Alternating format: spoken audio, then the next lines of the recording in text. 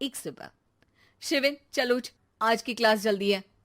Camera off करके आप attend कर लो।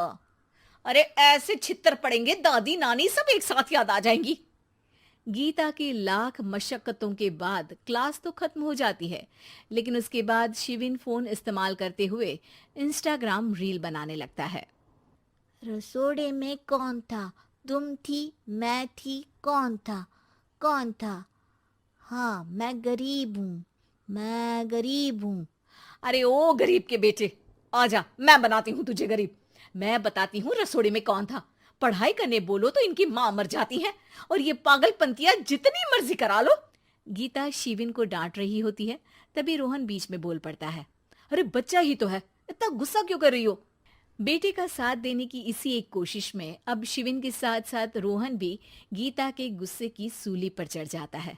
अगर बेटे पर इतना ही प्यार आ रहा है तो इसे क्लास अटेंड क्यों नहीं कराते, इसका होमवर्क क्यों नहीं कराते? उस समय तो बहुत जल्दी मीटिंग आ जाती है, वो काम मैं करूं और यहाँ इस बेफिजुली की चीज में तरफदारी करके बन जाओ महान। हे भगवान, कोई तो इनके ऑफिस और स्कूल खुलवाओ, मैं इन्हें और घर में नहीं सह सकती। अरे कुछ और मांग लेती, क्योंकि तुम्हारी ये विश इस साल तो पूरी होने से रही, कोरोना। हाय नास बेटे ने जिंदगी ही बर्बाद कर दी। खाए कोई पचाए कोई, कल मुझे चुन चुन कर सबको मेरी बद्दुआ लगेगी।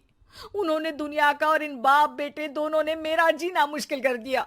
गीता वहां से चली जाती है, जिसके बाद रोहन शिविन से कहता है, अरे तुम्हारी मम्मी इतनी भड़की हुई क्यों है? आपकी वजह से पूरा समय घर में रहते हो और उस पर कोई काम कराने की जगह बस ऑर्डर देते रहते हो। अच्छा बेटे, सारा इल्जाम मुझ पर? पूरा दिन तो वो तुम पर ही चिल्लाती है। हाँ, मतलब दोनों का 50-50 है, कुछ करना पड़ेगा। वो कहते ना, make the best out of worst. I have an idea. वैसे तुम्हारी माँ सही कहती है, बहुत जुबान चलाने लगे हो, कम बोला करो।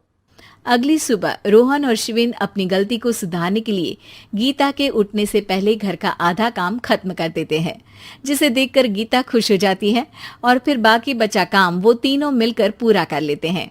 जिसके बाद अब वो सब मिल बांट कर हर काम में एक दूसरे की मदद करते हुए लॉकडाउन का मजा लेने लगते हैं।